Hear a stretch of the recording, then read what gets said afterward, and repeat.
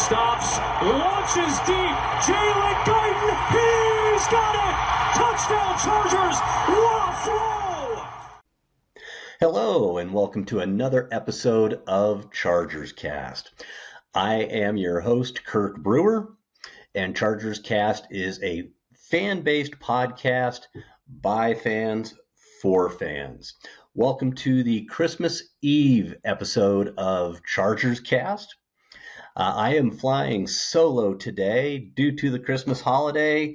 My regular buddies and friends to the podcast, Brennan from Chargers District and Andrew from Bolt Casa, were unable to join me this week. So you've got just me. Hopefully we'll hold down the fort in their absence. But we've got a big podcast to address. We are going to go over the Week 16 home victory over the Denver Broncos. Pivotal game, really important game. And then we are going to roll into Week 17, which is a road game in Foxboro against the New England Patriots, which is also a very important and pivotal game. So let's get to it. The Week 16 game against Denver Broncos, huge win, 34-27. This is our first sweep of the Donkeys in, literally back to like 2014, something like that. It's been quite a while since we swept the Broncos, and so that was huge. But what was even more important than sweeping these guys this season was the fact that this put us, now we're tied 9-6 with the Broncos. And because we've won the head-to-head, this puts us back into the potential 6th seed as far as wild card spots go. So very, very important. And I would say, as we've talked about here on the pod several times, we are starting to see the effects of having Jim Harbaugh as the Chargers coach, winning pivotal games, getting a sweep over the Broncos, 97% chance of getting into the playoffs this season, and winning close games. So the way this game started out is just a brief overview, kind of big ticket, high-level thoughts on the game. The first 29 minutes and 52 seconds of this game, I was sitting here going, oh no, here we go again, right? The Broncos, they go down, and actually we receive the kickoff, as a matter of fact, and we go 3-and-out, right? You're like, great, okay, that is not the way you want to start the game.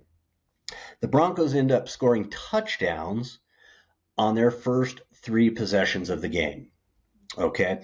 And so we go 3-and-out to start. They get their first 3 possessions. They get touchdowns. And ultimately, we have 2 punts. We do get a touchdown, and we do get a field goal. Justin also throws his second interception in 2 weeks.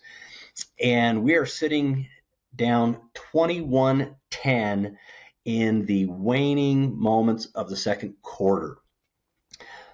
But Jim Harbaugh, as Sean Payton's trying to run out the clock at the end of the second half, Harbaugh calls a timeout, and Payton kind of mismanages the clock. And so they're ultimately forced to punt to us with like 8 seconds left on the clock. So they punt. Darius calls a fair catch, and their defender runs into Darius. It wasn't egregious, but he still brushed him, interfered with the fair catch, and so we get a 15-yard penalty. And so Harbaugh takes advantage of a very obscure rule, what he says is one of his favorite rules, if not the favorite rule in football, which is the fair catch free kick.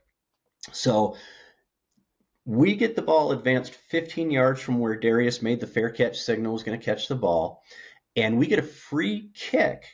They can't rush Cameron Dicker. He gets to kick from the spot, not 7 yards back like they normally would.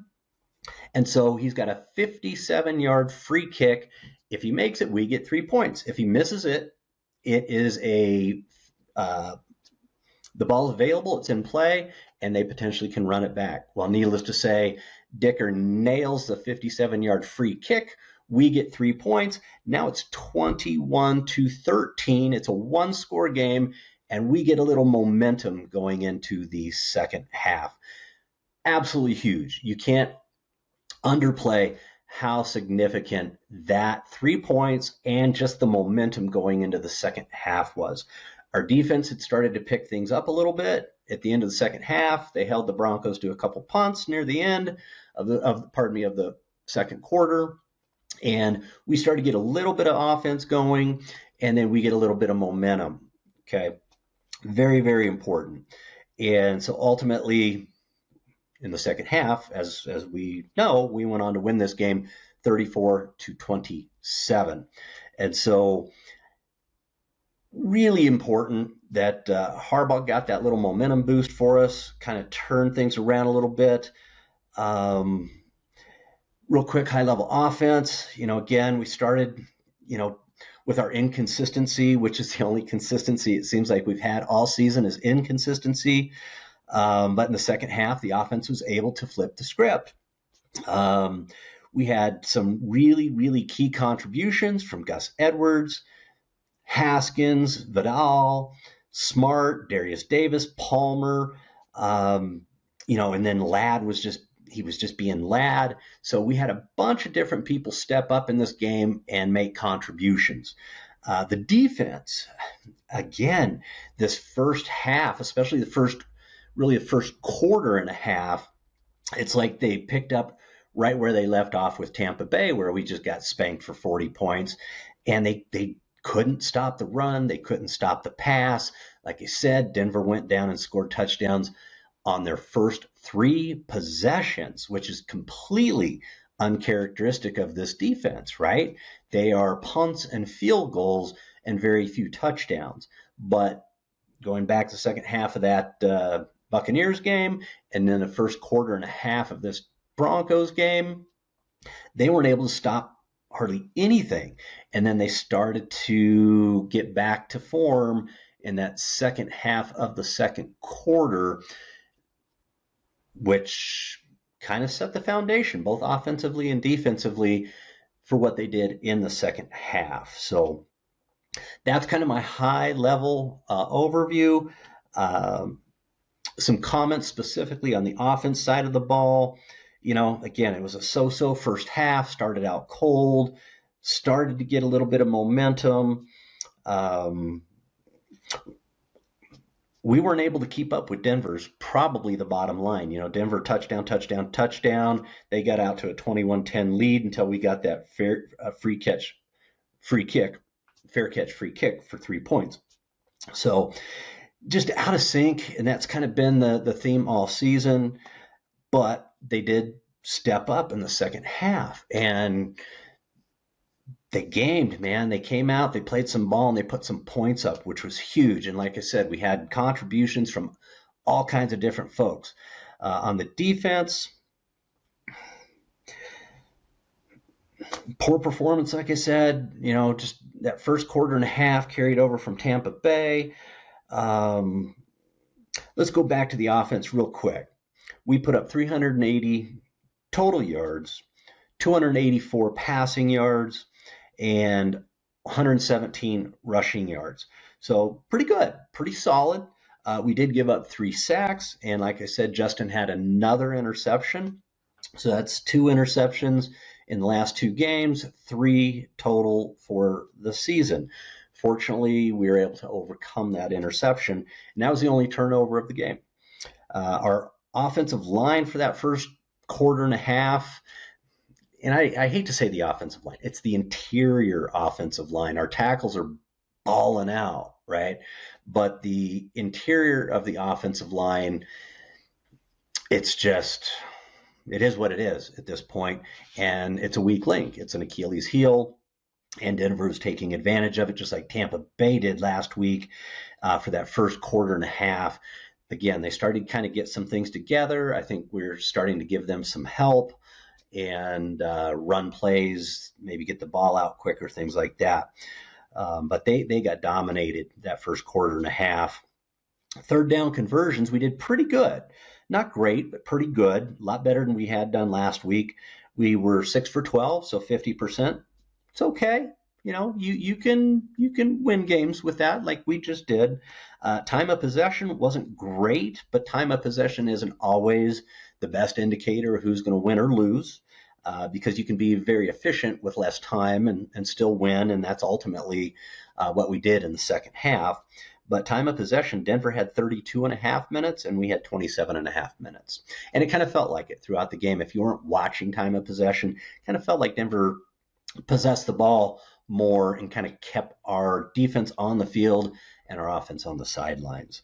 Again, key contributions from many players, Haskins, Gus. I mean, that touchdown run in the second half by Haskins on the shuffle pass by Justin was huge. That's kind of what's helped seal the game. Gus had a beast run. Kamani had a really nice run and contributed. Stone Smart, that touchdown to Darius Davis was awesome. That was off script type of play. He was just supposed to be out in the flat, but he saw Justin scrambling and decided to break it up the field. And the pass from Justin was absolutely insane. He's right-handed quarterback, scrambling to his left. He's got a defender getting ready to take him down, and he literally flicks the ball basically about 25, 30 yards because he's well behind the line of scrimmage, and hits Darius pretty much in stride for the touchdown. Absolutely insane throw, just reinforces the talent that Justin has. And one other just crazy play that I'll mention was the 2-point conversion reception by Josh Palmer. Man, if we can get more of that, Josh Palmer, that catch was insane. It was tipped by a defender. Josh tips it to himself. He's on the end line of the end zone, catches it, secures it, makes sure he's got both feet down, and all this happens in like a second. It's beautiful. It's an absolute thing of beauty. So absolute shout out to Joshua Palmer. That was huge. Again, big momentum type of play for the team. Yeah, and then what can you say about Ladd? I mean, Ladd is the go-to, obviously, and we felt it when he was out, and we felt it when he got back, his level of contribution. He's Justin's security blanket in the absence of Keenan Allen, and so that's absolutely beautiful. You can tell we're still missing J.K. Love to get him back, but really did love the contributions by the other three running backs, Haskins, Gus Edwards, and Kamani Vidal. But none of those guys are a substitute for J.K. And what's beautiful is this was the fourth week of him being out, and so the Chargers have activated his 21-day practice window. So hopefully we'll be getting him back soon. I doubt they want to rush him back, but I know putting him on IR was kind of out of an abundance of caution, and I know he is practicing. Saw him on some team videos and team pictures. He is out there on the practice field. So maybe we'll get him back for the Patriots, but I wouldn't be shocked if we hold him back and kind of make sure he's 100% for the playoffs. So that's it on the offensive side of the ball. The defense, like I said, initially started out shaky for the first quarter and a half. They allowed 355 total yards to the Broncos. 263 of that was passing, 110 of that was rushing. A big chunk of that was in the first half of the game. Like I said, we couldn't stop either the run or the pass, and so they really racked up some stuff on us. We got 2 sacks on them and did not cause any turnovers. It wasn't until late in the second quarter, like I said, where we finally started to get our legs underneath us and held the Broncos to a couple punts, which was critical as we kind of shifted the momentum with that fair catch free kick heading into halftime. So that was big. Denzel Perryman, talk about, again, the importance of a player to their side of the ball. Having Denzel back in the middle of our defense probably part of the reason it took us a quarter and a half was Denzel's been out for a while. And so it probably took him a quarter and a half to kind of get back, get his legs underneath him, to really start enforcing the middle of the defense. But it was absolutely great to have Denzel back, and he made a huge difference in this game. So, and then lastly, on special teams, solid performance once again, all the way around, returns, kickoffs, the whole bit. But, Dicker is Dicker. He nailed that 57-yard fair catch free kick, which it's a record book type of play. That play has been tried, I think it's either 3 or 4 times since the last time it's been made. The last time it has been made was in 1976 by Ray Wersching, who was a kicker for the San Diego Chargers. So the last 2 fair catch free kicks that have been made were both by the Chargers, about almost 50 years, 48 years apart, which is absolute craziness. And to kind of commemorate that, I saw some pictures. Harbaugh had Ray Wersching at the Bolt this week during practice to kind of give some wise words to the team and kind of commiserate with Dicker about being the last 2 kickers to have ever converted the fair catch free kick. So that was pretty cool as well. You got to love Harbaugh. Very, very awesome. So that's kind of it on this game. We were able to flip the script and pull the game out in the second half, where that has not been our norm this season. Usually we'll start out really good in the first half and then have a letdown. The games we've lost, which we've lost 6, we'll start out good in the first half. We've had several games where we've taken a lead into halftime, and then our offense becomes non-existent, and our defense isn't able to quite hold up enough that the opposing team doesn't put up enough points to ultimately beat us in the second half. Well, this game, we were able to flip the script, and while we took we were behind heading into the halftime, we came out and lit things up. Our defense held strong, held Denver to just 2 field goals, and we were able to pull the game out. And again, huge game. This is a big character win. This is a big momentum win as we get ready to head into the playoffs. So let's hopefully take this momentum into the last 2 games of the season. We're going up against teams who have horrible records. The Patriots, I want to say, 3-12. And then the Broncos, I think they're 3-12 now too, because they won last weekend like knuckleheads. The Raiders raided, and this week they won and gave up the position, at least right now, gave up the position for the first overall pick. So you got to love the Raiders raiding. But those are our last 2 games against losing teams, and we need to treat these games accordingly. First off, week 17 against the Patriots.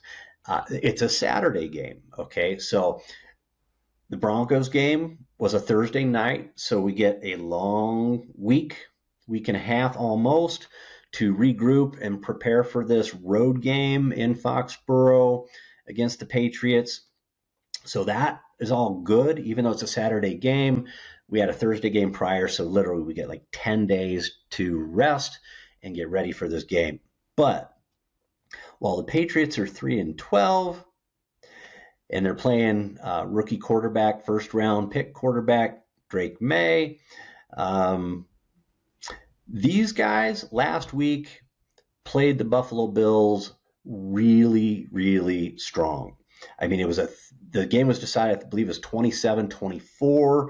The Bills pulled it out. Now, it was a division game, and you know the deal with division games, which is, you can almost throw the records out because the teams know each other so well.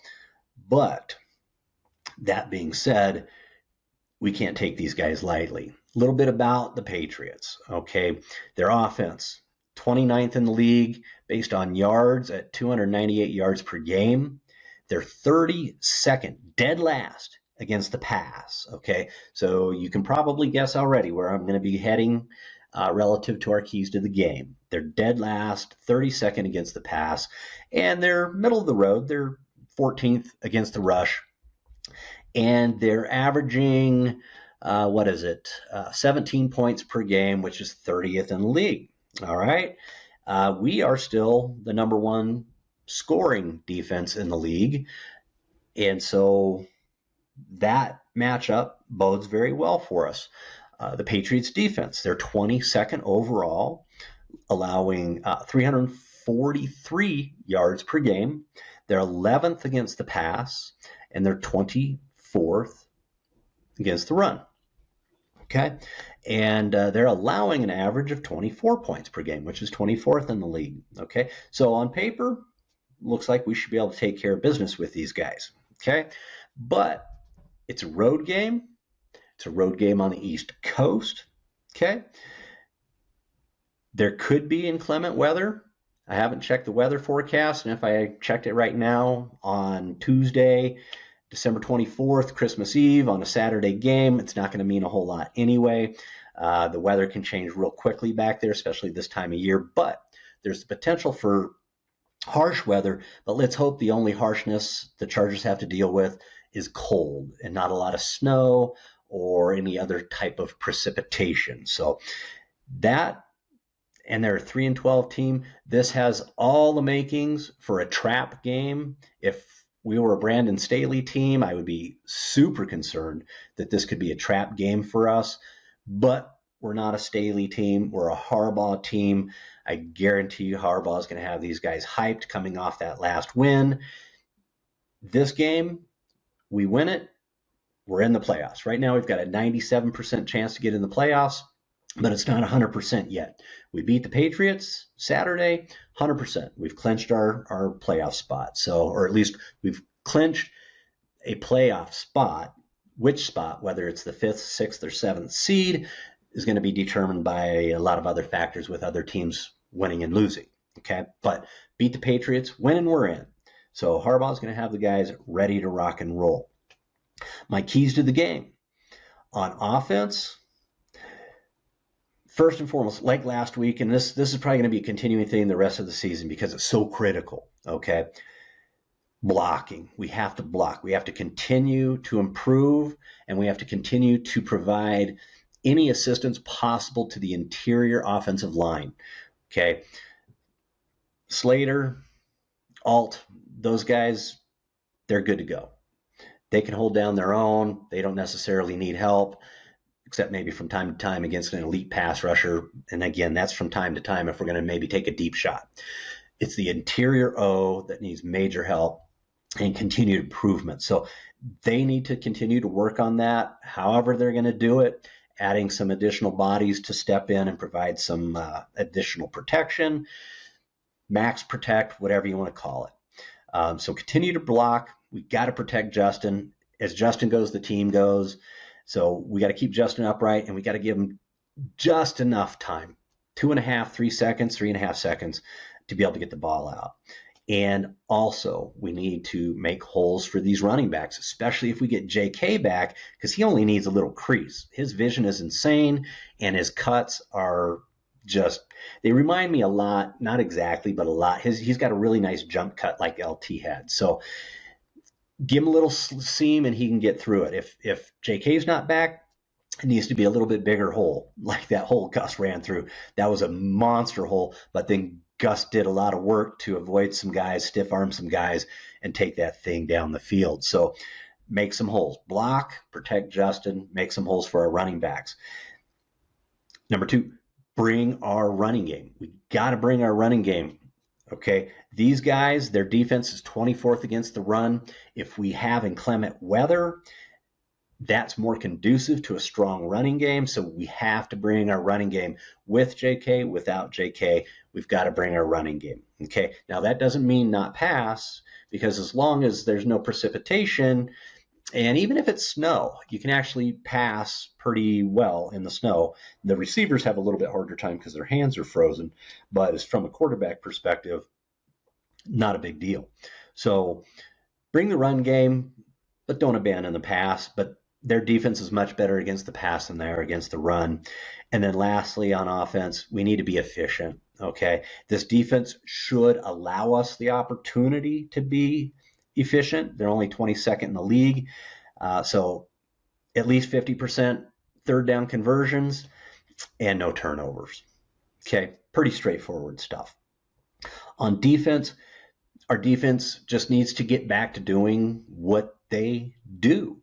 Bend, don't break, and punts and field goals and very limited touchdowns. Against these guys, if they get more than one touchdown, I would say our defense did not do their job. Okay, they should be able to hold these guys to say one touchdown and a field goal or two at most, absolutely at most. So get back to doing what you guys are doing. Bend, don't break, punts and field goals. All right. We are going to be going up against a rookie quarterback this time of the season. It's pretty hard to call him a true rookie. He's got a lot of experience under his belt now, kind of like Bo Nix. Bo Nix is playing pretty doggone good, but he is a rookie. Okay, so we need to stop the run, and we need to make the rookie be the guy carrying the offense. So take care of the run first, make this rookie carry the weight of the offense, and then cover Hunter Henry. We all know what Hunter's, former Charger, okay? We know what Hunter's about. He is the primary target, receiving target on that team. So cover Hunter Henry, make sure he's covered, high, low, inside, outside. I would double cover him and stop the run and make this rookie quarterback beat us. Last but not least, 3 and outs, man. Get these guys off the field, get the ball back to Justin. And if we can put the weight of the offense on this rookie QB, odds are pretty high, get a little pressure on him, he'll throw up a ball or two. And or maybe we get a strip sack between Joey or Khalil, but get a turnover or two as well. So those are my keys to the game. And this is going to be a fun one. It's a Saturday game, so that's going to be nice as well. Coming off the Christmas holiday, and we get a Saturday game, and one that's important because we can actually clinch a spot in the playoffs. First season under Harbaugh, which would be incredible. All right, let's talk a little bit about injuries. Okay, I think there's really only one new injury of note. It's just the new safety we've got, May. I believe they put him on IR, and we just signed not Reggie Jackson, the baseball player. I think it's Reggie Jackson or Reggie Jefferson, or Eddie Jackson, pardon me. He was a Bear for several years, actually made the Pro Bowl a couple times. This guy actually played some good ball. And then the Bears didn't, I believe they actually cut him in his 5th year of his contract, maybe it's the 4th year. He signed on with Baltimore, and he started out, he was the starter. He kind of ended up losing his spot. They ended up letting him go, and we went ahead and brought him in for the Chargers. And so having some familiarity with Baltimore's system should be very beneficial. He should be able to get up to speed real quick. And, Ortiz has been doing a tremendous job at bringing role players in throughout the season to contribute, like May. And so maybe this guy will come in and he'll be a contributor as we make our playoff push here these last couple games and get ready for the playoffs. And hopefully we get some guys back. Speaking of getting guys back, as far as injuries go, safeties, Elijah Molden, hopefully we get him back soon. We'll want to keep a close eye on our injury reports. Will Dissly, he's been out. Hopefully we'll get him back. Don't have anything yet on that. It's early in the week. It's only Tuesday. Dobbins, like I said, we have activated his 20-day practice window. And if indeed he was put on IR as an abundance of caution, he could come back sooner than later, I suspect, as far as just get into practice, knock some rust off, which he shouldn't have a whole lot. But I could also see Harbaugh thinking maybe we hold him back for the playoffs and make sure he's fresh for the playoffs. So I wouldn't be shocked as a minimum. I wouldn't be shocked to not see him go up against the Patriots this week.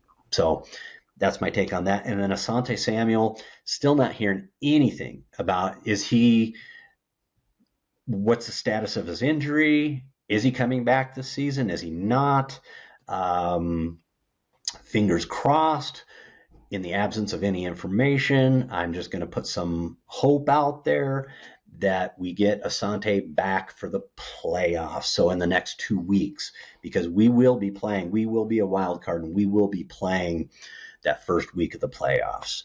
And then I'm forgetting somebody here, Cam Hart, our rookie 5th round, one of 2 rookie 5th round cornerbacks. Cam's been out. He got a concussion again last week. He did not play, the Tampa Bay game. He did not play this week against the Broncos. And so we'll want to keep an eye on him. Love to get him back. He's a massive contributor, along with our other guy, Tarheeb Steele, the other 5th round rookie cornerback that's been balling. So I'd like to get those guys back and shore up get Molden back, get Hart back. Still is good. He's playing, but get that secondary kind of solidified again as we get ready to go into the playoffs. So we'll keep an eye on the injury report. Let's talk about AFC West standings. And Chiefs won again. This time it was actually a pretty solid win against the Houston Texans. And so they're sitting at 14-1. They haven't officially clinched the number 1 seed yet. Okay. So their last 2 opponents are Pittsburgh and Denver.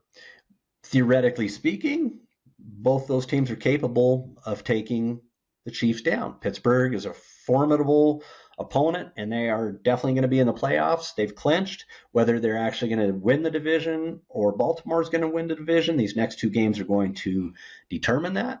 But Pittsburgh's a playoff team, and they're no slouch. They're Pittsburgh. We know how they play ball. So they can definitely take the Chiefs down. And Denver, heck, that first game, the only reason the Chiefs won that game is a blocked field goal in the last minute of the game. So it's a division game. Division games, throw out the records, et cetera, and the Chiefs aren't playing like a 14-1 team you would think, blowing people out. Every game's been ugly. It's been close, questionable calls, all that good stuff. So theoretically speaking, the Chiefs could lose out on the number 1 seed. They've clinched this playoff spot, but depending on how these next 2 weeks go, will determine if they're the number 1 seed. It looks like they're going to be the number 1 seed, but that's not set in stone yet. The Chargers are now second again in the AFC West. We're actually tied with the Broncos with last week's win over the Broncos. We're both 9-6, but because we swept them, we've got the head-to-head. So as long as our records are tied, we've got the head-to-head with them, which puts us ahead of them. Okay, so we're in second place. We're sitting currently with a 6th seed in the wild card race. Baltimore is currently still sitting in the 5th seed. And like I said, we can clinch a playoff spot with a win this week against the Patriots. The Broncos sitting at the 7th seed currently. Their last 2 games are Bengals and Chiefs. They could lose those 2 games. I mean, despite the Bengals record, we played the Bengals this season. We know what their offense is capable of. Joe Burrow's having a awesome season, like you would expect. But their defense kind of seems like the Chargers. I think Brennan said this as we were getting ready to play these guys. They kind of seem like Chargers of old, especially last season's Chargers with Brandon Staley. And that is, the offense is playing well, but the defense isn't holding up their end of the bargain. And so they've got a horrible record because teams are beating them. They're outscoring them. And so the Bengals can beat anybody on any given Sunday. They are good. And then the Chiefs are the Chiefs, right? So technically speaking, if you're looking at it on paper, you go, the Broncos could miss the playoffs. If they don't win out and we have Miami and the Colts do what they need to do, one of those guys can edge out the Broncos. And heck, even the Bengals potentially could edge out the Broncos. They need a few more things to happen than those other two teams. But that being said, if the Broncos win this weekend against the Bengals, they're in. Okay, so Chargers win this weekend, we're in. Broncos win this weekend, they're in. Either of us lose, all bets are off. And then last but not least are the Raiders. And the Raiders are 3-11 or 3-12, I believe they are, right? Week 16, that'd be 15 games. So I've got it wrong on my sheet here. They're 3-12, and the Raiders won this week against the New York Giants. And so now the Raiders have fallen all the way down. If the season ended today, they've fallen all the way down to the number 6th pick in the draft. That tells you at 3-13 how horrible the bad teams have been this season. Okay, when they were 2-12, they were sitting at the number 1 draft spot. And with just this one this one win, they've fallen all the way back to 6. So you go, Raiders. Keep up the good work. Let's see. Last week's game prediction. I'm ashamed to say this, but I'm happy that I was wrong. I picked the Broncos to win this game, and not because I wanted the Broncos to win this game, but I was so disappointed in the Chargers' performance against Tampa Bay, especially our defense, who we've been counting on all season to kind of carry the team, and they got exposed by Tampa Bay. I was like, I can easily see the Broncos beating us. Now, it's a division game. I figured it'd be pretty close. But that being said, I picked the Broncos to win. And I hoped I was wrong, but all the signs were kind of pointing to that, right?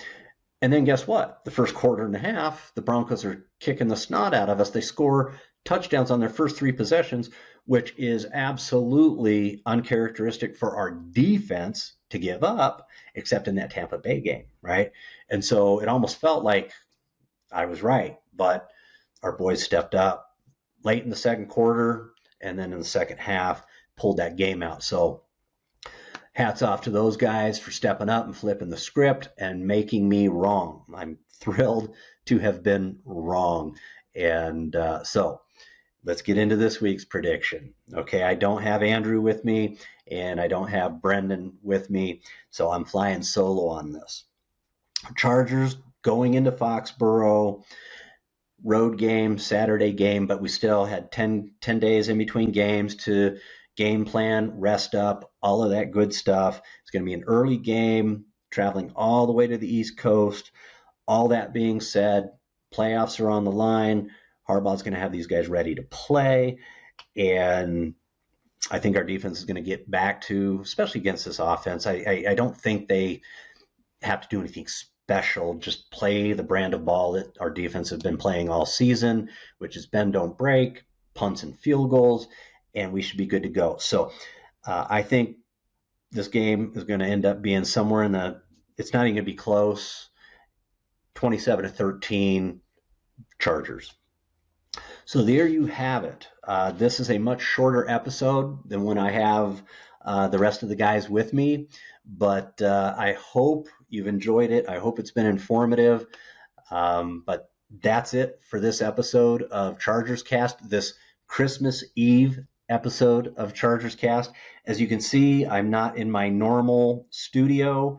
I'm actually doing the podcast remotely because the show must go on. So I'm doing the podcast remotely from our home up in the mountains where we're celebrating the Christmas holidays. So Merry Christmas to all of you. I hope you have a safe and happy holiday season, both Christmas and New Year's, with your friends and your family, all of your loved ones. So from ChargersCast to you, happy holidays. Again, Who's got it better than us? Nobody. Bolt up. See you guys next week. 4 seconds left in the game, but this is likely the final play that matters. End zone wide open. What a night for Mike Williams. And the Chargers have their first lead of the night. Hi, I'm Kirk Brewer, the creator and host of ChargersCast. I just wanted to say thank you so much for tuning in to another episode of ChargersCast. We really appreciate you engaging with the podcast. When I created ChargersCast, it was intended to be a podcast about everything Los Angeles Chargers from a fan perspective. It's by fans and for fans. So it's for you, and we really appreciate you being here. If you haven't done so already, please go down below, leave a comment, give us some feedback. We really love to hear from you. And if you haven't done so already, please subscribe and click the little bell so that you get notifications when new content drops. Again, thank you so much for tuning in to ChargersCast. And who's got it better than us? Nobody.